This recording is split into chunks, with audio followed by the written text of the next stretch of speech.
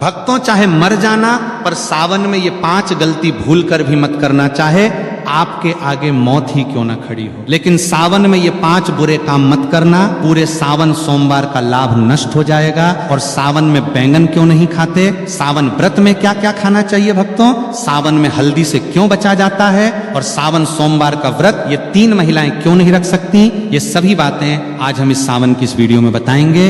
लेकिन उससे पहले कमेंट बॉक्स में भगवान शिव जी का जयकारा लगाते हुए हर हर महादेव जरूर लिखें, लाइक जरूर करें। भगवान शिव जी की भक्ति का यह सफर बहुत ही अद्भुत है, इसलिए इस वीडियो को एक पल के लिए भी छोड़कर मत जाना, क्योंकि शास्त्रों में लिखा है कि अधूरी जानकारी हमेशा सर्वनाश का कारण ही बनती है। भक्तों, वर्ष 2026 में सावन का पावन महीना 30 जुलाई दिन गुरुवार से प्रारंभ होकर 28 अगस्त तक रहेगा। ये महीना भगवान शिव जी और माता पार्वती की उपासना के लिए अत्यंत शुभ और मंगलकारी माना जाता है। इस वर्ष सावन के दौरान कुल 4 सोमवार व्रत पड़ रहे हैं, जिनका विशेष धार्मिक महत्व है। पहला सावन सोमवार व्रत 3 अगस्त को मनाया जाएगा, दूसरा सोमवार 10 अगस्त को, तीसरा 17 अगस्त को और सावन का चौथा तथा अंतिम सोमवार व्रत 20 अगस्त को होगा। सावन का समापन 28 अगस्त 2026 को हो रहा है, जो कि रक्षाबंधन का पर्व है। इसी दिन बहनें अपने भाइयों की कलाई पर रक्षा सूत्र यानी राखी बांधकर भाई बहन के अटूट प्रेम और विश्वास के त्योहार को मनाएंगी। सावन का पहला दिन यानी 30 जुलाई भगवान श्री हरि विष्णु की कृपा प्राप्ति के लिए भी बहुत दुर्लभ और शुभ संयोग लेकर आ रहा है। पौराणिक मान्यताओं के अनुसार सावन के पूरे महीने में शिव भक्त शिवलिंग पर जल और बेलपत्र अर्पित करके सुख समृद्धि, सौभाग्य और दीर्घायु का आशीर्वाद प्राप्त करते हैं। ये समय सुहागिन महिलाओं के लिए अखंड सौभाग्य के नियमों का पालन करने और मंगला गौरी व्रत के माध्यम से पति की उन्नति की कामना करने के लिए सबसे बेहतर माना गया है। अतः 30 जुलाई से शुरू होने वाले इस पवित्र माह में श्रद्धा, नियम और पूर्ण सात्विकता के साथ महादेव की शरण में जाकर कोई भी भक्त अपनी हर मनोकामना पूरी कर सकता है। सावन का महीना कोई साधारण महीना नहीं है। ये ब्रह्मांड के रचयिता, पालनकर्ता और संहारक साक्षात देवों के देव महादेव का काल है। हमारे हिंदू पंचांग के अनुसार जब भगवान विष्णु आषाढ़ मास की देवश्रेणी एकादशी को 4 महीनों के लिए योग निद्रा में चले जाते हैं और पाताल लोक की ओर प्रस्थान करते हैं, तब पूरी सृष्टि पर एक पल के लिए अंधकार छाने लगता है। उस समय ब्रह्मांड को विनाश से बचाने के लिए महादेव स्वयं इस सृष्टि का पूरा कार्यभार अपने हाथों में लेते हैं।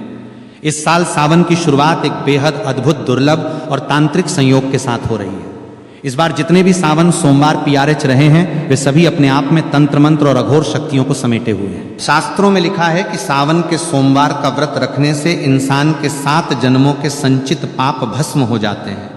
जो कुंवारी कन्याएं इस व्रत को रखती हैं तो उनकी कुंडली के सारे ग्रह दोष शांत हो जाते हैं और उन्हें साक्षात शिव जैसा ही वर प्राप्त होता है। जो विवाहित महिलाएं इसे रखती हैं तो उनके सुहाग पर आने वाली अकाल मृत्यु और यमराज की छाया भी दूर भाग जाती है। लेकिन याद रखिए, सावन सोमवार की पूजा जितनी सरल और मनमोहक दिखती है, इसके अदृश्य नियम उतने ही करें खतरनाक और भयानक है।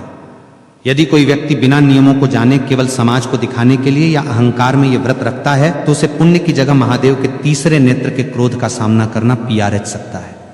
शिवलिंग पर जल चढ़ाने का वो भयानक सच जो कोई नहीं बताता। जब हम सावन के महीने में शिव मंदिर जाते हैं तो हमारी आदत होती है कि हम जल का लोटा लेकर सीधे शिवलिंग की तरफ द्वार पड़ते हैं। लेकिन यहीं पर लोग अपने जीवन की सबसे बड़ी आत्मघाती और विनाशकारी गलती कर बैठते हैं। बहुत से लोग मंदिर के अंदर बने नल, कुएं या शिवालय के प्रांगण में लगे हुए वाटर फिल्टर से ही जल भर लेते हैं और उसे शिव जी पर चढ़ा देते हैं। शास्त्रों के अनुसार यह घोर अपराध और वर्जित कर्म माना गया है, जिसे पराया जल या चोरी का जल कहा जाता है। मंदिर का जल केवल वहां के पंडित पुजारी या उस प्रांगण में रहने वाले सेवादारों के लिए होता है, क्योंकि वो मंदिर परिसर ही उस पुजारी का घर होता है। यदि आपका घर मंदिर की सीमा से बाहर है तो आपको हमेशा अपने घर की रसोई से, अपने घर के मटके या शुद्ध जल पात्र से तांबे, चांदी या पीतल के लोटे में जल भरकर ही मंदिर जाना चाहिए। इसके पीछे का सबसे बड़ा आध्यात्मिक और वैज्ञानिक रहस्य यह है कि जब आप अपने घर से जल लेकर पैदल या किसी माध्यम से शिव मंदिर की ओर निकलते हैं तो रास्ते भर आपके घर की नकारात्मक ऊर्जा, आपके परिवार की बलाएं, पितरों का कष्ट और आपके शरीर की बीमारियां उस जल के भीतर समाने लगती हैं। वो जल आपके सारे कष्टों को अपने भीतर सोख लेता है। जब आप उस जल को शिवलिंग पर अर्पित करते हैं तो महादेव आपके उन कष्टों को स्वीकार करके उन्हें अपने गले के विष की तरह भस्म कर देते हैं। लेकिन यदि आप मंदिर का ही जल लेकर वहीं चढ़ा देंगे तो आपने अपने घर का कोई कष्ट महादेव को सौंपा ही नहीं। आपकी वो यात्रा अधूरी रह गई और उस पूजा का फल शून्य हो गया। शिवलिंग के गिरते जल के चमत्कारी और डरावने फायदे। शिवलिंग पर जब जल की अखंड धारा गिरती है तो वह शिवलिंग के नीचे बनी जलहरी से होते हुए एक निश्चित दिशा में बह जाती है। शास्त्रों में उस बहते हुए जल को साक्षात अमृत और शिव की अलौकिक ऊर्जा का महापुंज माना गया है। पहला कर नियम यह है कि जब आप जल चढ़ा लें तो उस जलहरी से बाहर बहते हुए जल को कभी भी भूलकर लांघना नहीं चाहिए, क्योंकि वो ऊर्जा इतनी तीव्र और तांत्रिक होती है कि यदि कोई साधारण इंसान उसे लांघता है तो उसके शरीर का चक्र बिगड़ सकता है और उसका मानसिक संतुलन तक हिल सकता है। लेकिन शास्त्र कहते हैं कि उस गिरते हुए जल को किसी मुसाफिर या भक्त को थोड़ा सा अपने पात्र में रोक लेना चाहिए। उस जल को अत्यंत पवित्र और चमत्कारी मानकर अपने घर ले आना चाहिए।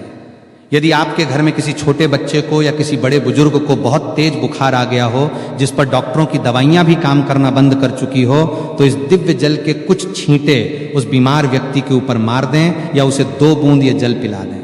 आप अपनी आंखों से देखेंगे कि महादेव की कृपा से वो भयंकर और जानलेवा बुखार भी मिनटों में गायब हो जाएगा।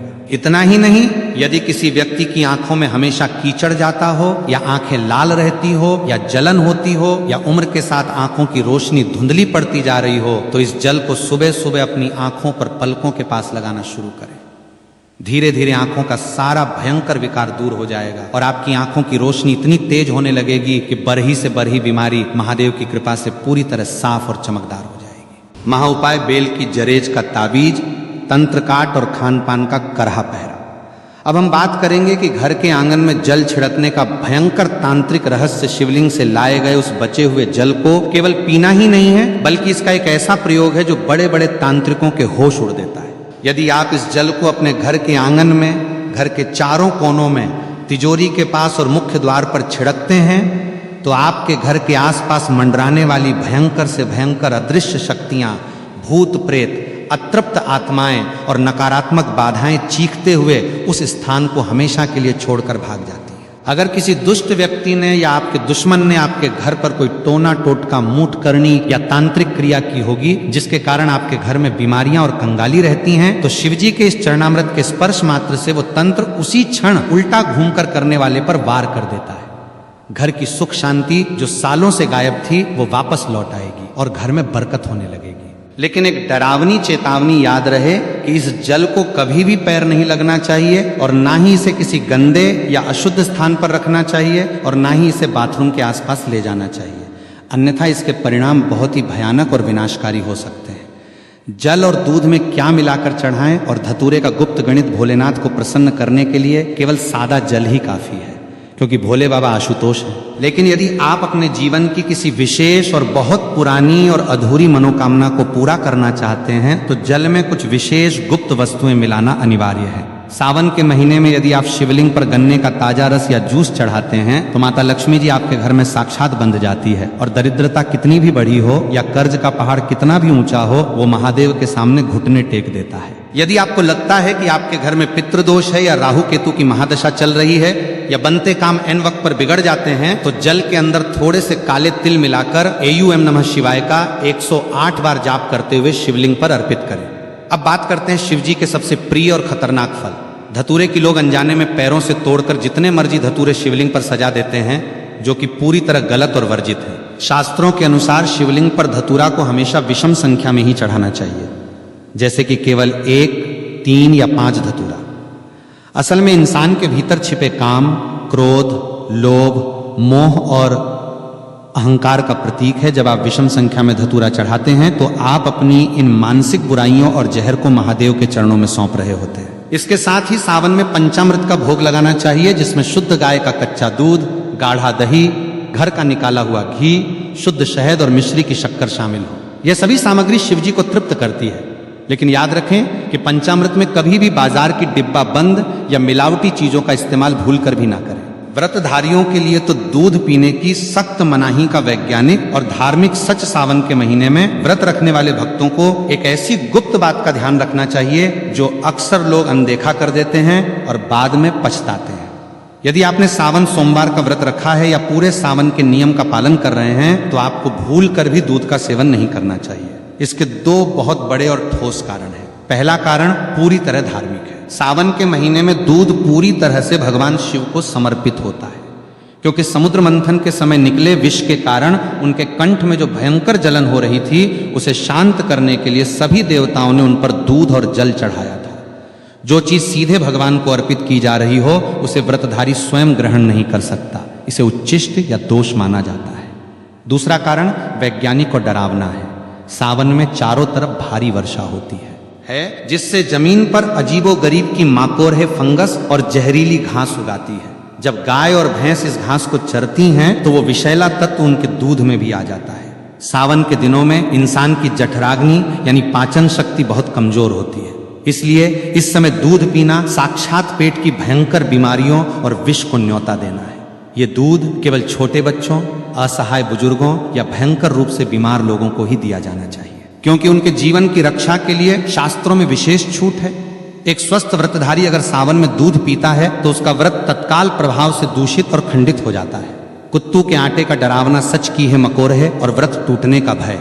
व्रत के दौरान लोग फलाहार के नाम पर कुत्तू के आटे की पूरियां, पकौड़ियां, पराठे या हलवा भरे चाव से खाते हैं और सोचते हैं कि उन्होंने बहुत पवित्र भोजन किया है। लेकिन क्या आपको पता है कि बाजार में मिलने वाले कुत्तू के आटे में एक ऐसा डरावना रहस्य छिपा है जो आपके व्रत को पूरी तरह नष्ट करके आपको नरक का भागी बना सकता है। कुत्तू का आटा काफी समय पहले पीसकर बोरियों में बंद करके रखा जाता है, जिसके कारण नमी पाकर उसके भीतर बहुत ही बारीक, सूक्ष्म और छोटे छोटे कीड़े मकोड़े पैदा हो जाते हैं, जिन्हें बिना गौर किए नग्न आंखों से देखना नामुमकिन सा होता है। यदि आप बाजार से पैकेट या खुला आटा लाकर बिना उसे अच्छी तरह जांचें और बिना बहुत बारीक छलनी से छाने सीधे तेल में तलकर इस्तेमाल कर लेते हैं तो अन्न जाने में आप उन सैकड़ों जीवित जीवों और कीड़ों को भी पकाकर खा जाते हैं। शास्त्रों में साफ साफ लिखा है कि व्रत के दौरान यदि आपके पेट में एक भी कीड़ा या जीव चला गया तो वो मांस भक्षण यानी मांस खाने के बराबर माना जाएगा।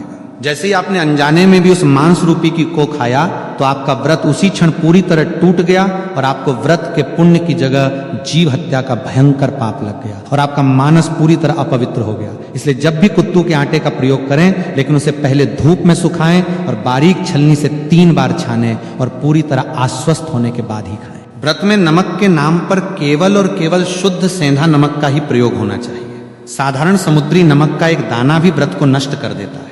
बेल के पैरे की झड़ का ताबीज और अदृश्य शक्तियों का परछाई नाश सावन के महीने में बेल पत्र का महत्व तो बच्चा बच्चा जानता है, लेकिन बेल के पैर की जरज में जो तांत्रिक, सुरक्षात्मक और अलौकिक शक्तियां होती हैं उसके बारे में कोई नहीं बात करता। सावन के किसी भी सोमवार को सुबह सूर्योदय से पहले उठकर स्नान करके बेल के प्राचीन वृक्ष के पास जाएं, वहां धूप दीप जलाकर प्रार्थना करें और उसकी जड़ का एक छोटा सा टुकड़ा कुल्हार ही या लोहे से नहीं बल्कि लकड़ी या हाथ से प्यार से तोड़कर ले आएं। उस टुकड़े को गंगाजल और गाय के कच्चे दूध से धोकर पहले शिवलिंग पर स्पर्श कराएं और फिर उसे महादेव का प्रसाद मानकर वापस ले लें। इसके बाद उस चको, चांदी, तांबे या पीतल के किसी ताबीज के अंदर भरकर काले या लाल धागे की मदद से अपने गले में या दाहिनी बाजू पर बांध लें। ये कोई साधारण लकर ही नहीं रह जाती, ये साक्षात महादेव का त्रिशूल और सुरक्षा कवच बन जाती है। इस ताबीज को पहनने के बाद दुनिया का कोई भी ओझा तांत्रिक, कोई भी बुरी नजर, मूठ, भूत, प्रेत, डाकनी, शाकनी या हवा में घूमने वाली नकारात्मक शक्ति आपके आसपास भी नहीं भटक सकती। यदि आपको रात में डरावने सपने आते हैं, अचानक छाती पर वजन महसूस होता है या आपको लगता है कि आपके ऊपर किसी ने कुछ टोना कर दिया है, तो ये JRH उस पूरी बला को अपने भीतर सोख लेगी। इसे पहनने के बाद आपका रुका हुआ कारोबार, आपकी नौकरी और आपका जीवन बहुत तेजी से सफलता की ऊंचाइयों की ओर बढ़ने लगेगा। वैवाहिक जीवन के करे प्रतिबंध वर्जित कर्म और महादेव की परीक्षा के संकेत और पतितप के रिश्ते का वह करवा सच जिससे व्रत सफल या निष्फल होता है, भगवान शिव और माता पार्वती इस पूरी सृष्टि के सबसे पहले, सबसे आदि और सबसे आदर्श पतिपत्नी है। इसलिए सावन के व्रत में पतित के आपसी व्यवहार और मानसिक पवित्रता का बहुत गहरा और सीधा संबंध होता है। जो पतित सावन के महीने में या विशेषकर सोमवार के व्रत के दिन आपस में गाली गलौज करते हैं या एक दूसरे को नीचा दिखाते हैं, ताने मारते हैं या आपस में भयंकर लड़ाई झगड़ा और क्लैश करते हैं, उन्हें सावन का व्रत रखने का कोई अधिकार नहीं है। यदि ऐसी अशांत स्थिति में आप भूखे रहकर व्रत रखते भी हैं तो महादेव आपके उस व्रत को कभी स्वीकार नहीं करते। आपका भूखा रहना केवल एक शारीरिक प्रताड़ना और नाटक बनकर रह जाता है और आपके पुण्य की सारी ऊर्जा उसी क्षण नष्ट हो जाती है। शास्त्रों के अनुसार देवी देवता हमेशा पति के प्रेमपूर्ण जोड़े की सामूहिक, सकारात्मक और ऊर्जा से ही प्रसन्न होते हैं। यदि आपका पति आपसे प्यार से बात करके या आपकी सहमति से आपको खुश रखकर किसी काम के सिलसिले में नौकरी पर या विदेश गया है तो पत्नी घर पर रहकर पूरी निष्ठा से व्रत रख सकती है। लेकिन यदि दोनों के बीच भयंकर क्लेश हुआ है, पत्नी रोते हुए और पति को गाली देते हुए अपने मायके जाकर बैठ गई है और वहां सावन का व्रत रख रही है, तो वो व्रत पूरी तरह निष्फल है। कोर्ट मैरिज और अधूरी शादी वाली महिलाओं के लिए शास्त्रों का करह निषेध आज के आधुनिक और पाश्चात्य युग में बहुत से युवा कोर्ट में जाकर कागजों पर दस्तखत करके शादी कर लेते हैं और समाज में उसे ही अपना पूरा विवाह मान लेते हैं। लेकिन सनातन शास्त्रों, वेदों और हिंदू धर्म के अनुसार कोर्ट मैरिज एक पूरी तरह अधूरा और केवल कानूनी विवाह है। धार्मिक नहीं, जब तक पवित्र अग्नि को साक्षी मानकर वैदिक मंत्रोवार के बीच कन्यादान और 7 फेरे नहीं लिए जाते, तब तक वो विवाह आध्यात्मिक रूप से पूर्ण नहीं माना जाता। शास्त्रों के अनुसार ऐसी अधूरी शादी वाली महिलाओं को सावन का मुख्य और कर व्रत रखने से बचना चाहिए, क्योंकि जब तक विवाह के 7 फेरे पूरे नहीं होते तब तक महिला को अपने पति के आधे पुण्य की प्राप्ति नहीं होती और ना ही वो धार्मिक रूप से अर्धांगिनी कहलाती है। यदि ऐसी महिलाएं व्रत रखना चाहती हैं तो उन्हें पहले विधिवत रूप से भगवान शिव और माता पार्वती जी के सामने 7 फेरे या विवाह की रस्में पूरी करनी चाहिए, तभी उनका व्रत पूर्ण रूप से फलदायी माना जाएगा और उन्हें सौभाग्य की प्राप्ति होगी। कुंवारी कन्याओं और विवाहित महिलाओं के लिए शिवलिंग स्पर्श का रहस्यमय नियम सावन के महीने में कुंवारी कन्याएं मनचाहा और संस्कारी वर पाने के लिए और शादीशुदा महिलाएं अपने पति की लंबी उम्र तथा अखंड सौभाग्य के लिए व्रत रखती हैं। लेकिन यहां भी एक बहुत बड़ा और सख्त नियम है जिसे हर महिला को जानना बेहद जरूरी है। कुंवारी कन्याओं को पूजा करते समय भूलकर भी शिवलिंग का सीधा स्पर्श नहीं करना चाहिए। इसके पीछे का रहस्य बहुत ही गहरा है। शिवलिंग साक्षात महादेव की निराकार, अनंत और अत्यंत तीव्र ऊर्जा का केंद्र है। कुंवारी कन्याओं का शरीर और उनकी आंतरिक ऊर्जा इस तीव्र ब्रह्मांडीय प्रभाव को सीधे संभालने के लिए तैयार नहीं होती, जिससे उनके जीवन में अनजाने में मानसिक अशांति या स्वास्थ्य संबंधी समस्याएं आ सकती हैं। कुंवारी कन्याओं को हमेशा माता पार्वती की मूर्ति या शिवलिंग के नीचे बनी जलहरी का स्पर्श करना चाहिए और दूर से ही जल अर्पित करना चाहिए। इसके विपरीत जो महिलाएं विवाहित हैं, जिनका वैदिक विवाह पूर्ण हो चुका है, वे शिवलिंग का स्पर्श कर सकती हैं, उसे अपनी उंगलियों से चंदन भी लगा सकती हैं और उसकी अच्छे से सेवा कर सकती हैं। इन नियमों का पालन न करने से पुण्य की जगह दोष लग जाता है। सावन में मिलने वाले वो डरावने संकेत जो बताते हैं कि महादेव आपसे प्रसन्न हैं, जब आप पूरी निष्ठा कर नियमों और शुद्ध अंतःकरण के साथ सावन का व्रत रखते हैं तो महादेव आपकी परीक्षा भी लेते हैं और साथ ही साथ आपको कुछ ऐसे दिव्य और अलौकिक संकेत देते हैं जिन्हें देखकर कोई भी साधारण इंसान डर के मारे कांप उठेगा। यदि सावन के महीने में अचानक आपके घर के भीतर बेडरूम में या आंगन में कोई चमकीला काला नाग दिखाई दे या नाग नागिन का जोरा मस्ती करता हुआ दिखे तो घबराकर चीखे मत, भागे मत और ना ही किसी लाठी से उसे कोई नुकसान पहुंचाए। ये इस बात का बेहद खतरनाक, अचूक और साक्षात संकेत है कि स्वयं महादेव के गण आपके घर की सुरक्षा करने आ चुके हैं। इसका मतलब है कि आपकी भक्ति पूर्ण रूप से सफल हो चुकी है और आपकी कोई बड़ी अधूरी मनोकामना बहुत जल्द पूरी होने वाली है। इसी तरह यदि सावन के दिनों में अचानक आपके घर के मुख्य द्वार पर कोई भूखी गाय आ जाए या साक्षात नंदी महाराज आकर खड़े हो जाएं और अपनी पूंछ हिलाएं तो समझ जाइए कि महादेव स्वयं नंदी पर सवार होकर अदृश्य रूप में आपके दुखों का अंत करने आए हैं। आपको तुरंत भागकर उन्हें हरी घास, गुड़ या शुद्ध भोजन कराना चाहिए और उनके माथे पर कुमकुम का तिलक लगाना चाहिए। सावन के महीने में किसी प्राचीन शिव मंदिर के भीतर अचानक दीवार पर छिपकली का रेंगते हुए या आपके सामने गिरते हुए दिखना भी बहुत ही दुर्लभ और शुभ संकेत माना जाता है। यह अचानक होने वाले धन, आगमन और कर्ज मुक्ति का अचूक प्रतीक है। भीमराज और काली मधुमक्खी का रहस्यमय और तांत्रिक आगमन सावन के महीने में कई बार हमारे घरों में काले रंग का एक बरहा सा उड़ने वाला जीव आता है, जिसे ग्रामीण भाषा में कुछ लोग भीमराज कहते हैं या काली परही मधुमक्खी यानी भंवरा कहते हैं। इसकी गूंज बहुत तेज होती है। यदि ये जीव अचानक आपके घर में आकर कानों के पास गूंजने लगे या आपके पूजा घर में रखे दीपक के आसपास चक्कर काटने लगे तो डर कर उसे मारे नहीं। यह साक्षात माता दुर्गा के ब्राह्मणी रूप के आगमन का संकेत है। शास्त्रों में भंवरे और काली मधुमक्खी को माता ब्राहरी और मां दुर्गा का दूत माना गया है। इसका घर में आना इस बात का अकाट्य प्रमाण है कि आपके घर पर जो भी भयंकर तंत्र मंत्र, मूठ, नजर दोष या अलावला मंडरा रही थी उसे माता दुर्गा के दूतों ने स्वयं भस्म कर दिया है और अब आपके घर में सुख, समृद्धि, वैभव और असीम शांति का वास होने वाला है। महादेव को 56 भोग या सोने चांदी के बर्तनों की आवश्यकता नहीं है, वे तो केवल सच्चे भाव और जल के भूखे हैं। लेकिन जब आप अपनी श्रद्धा से उन्हें भोग लगाते हैं तो आपको शास्त्रों में लिखी सही विधि का पता होना चाहिए। सावन में शिवजी को कभी भी बाजार की मिलावटी, केमिकल युक्त या खोए की कृत्रिम मिठाइयों का भोग न लगाएं। यदि आप बर्फी का भोग लगाना चाहते हैं तो वो घर पर शुद्ध दूध से बनी खोए की होनी चाहिए और भूलकर भी उसमें चांदी का वर्क नहीं लगा होना चाहिए, क्योंकि चांदी का वर्क बनाने की प्रक्रिया में कई बार अशुद्ध और वर्जित चीजों का प्रयोग होता है जो महादेव को क्रोधित कर सकता है। शिवजी को दही का भोग लगाना अत्यंत शुभ माना गया है। खासकर सावन के तपते और उमस भरे मौसम में दही पूरी तरह से ताजा होना चाहिए। खट्टा खमीर उठा हुआ या बासी दही शिवलिंग पर चढ़ाने से घर में क्लेश और बीमारियां बढ़ती हैं। पंचामृत बनाते समय दूध, दही, घी, शहद और मिश्री को एक निश्चित पवित्र अनुपात में मिलाएं और उसे तांबे के बर्तन में कभी न रखें। तांबे के पात्र में दूध या दही रखने से रासायनिक प्रतिक्रिया होती है और वह पंचामृत जहर के समान एसिडिक हो जाता है, जिसे शिवलिंग पर चढ़ाना पाप है। पंचामृत के लिए हमेशा पीतल, चांदी, कांसे या मिट्टी के पवित्र पात्र का ही प्रयोग करें। समुद्र, मंथन और हल्लाहल विष की वह पौराणिक कथा जिससे कांप उठी थी। पूरी सृष्टि सावन के इस पावन, अलौकिक और डरावने एपिसोड के अंत में आइए सुनते हैं वो अमर पौराणिक कथा जिसे सुने या पढ़े बिना सावन का कोई भी व्रत, सोमवार की पूजा या उपवास कभी पूरी तरह फलदायी नहीं हो सकता। सतयुग के दौरान जब देवताओं और असुरों के बीच अमृत की चाह में ऐश्वर्य और अमृत प्राप्ति के लिए क्षीर सागर में समुद्र मंथन किया जा रहा था, तब मंदराचल पर्वत को मथानी और नागराज वासुकी को रस्सी बनाया गया था। एक तरफ देव थे और दूसरी तरफ दानव मंथन की उस तीव्र और भयंकर प्रक्रिया से अचानक समुद्र के भीतर से एक गहरा, काला, खौफनाक और अत्यंत विनाशकारी धुआं निकलने लगा। ये कोई साधारण धुआं नहीं था, ये साक्षात हलाहल नाम का महावश था जो ब्रह्मांड का सबसे खतरनाक जहर था। उस विष की गर्मी और जहरीली लपटें इतनी